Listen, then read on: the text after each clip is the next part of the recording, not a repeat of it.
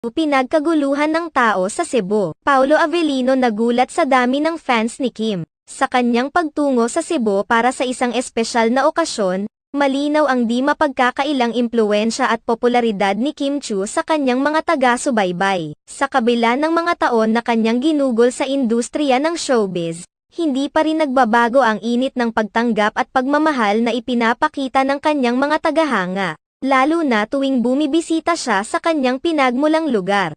Nang dumating si Kim Chiu sa Cebu para sa nasabing kaganapan, agad itong sinalubong ng masigabong palakpakan at sigawan mula sa kanyang mga taga-suporta. Mabilis na napuno ng mga taong sabik na masilayan at makalapit sa kanilang hinahangaang artista ang venue. Bawat kilos ni Kim ay sinasalubong ng masiglang palakpakan at hiyawan, patunay ng kanyang matatag at malawak na fan base sa Cebu. Ang patuloy na paghanga at suporta na tinatanggap ni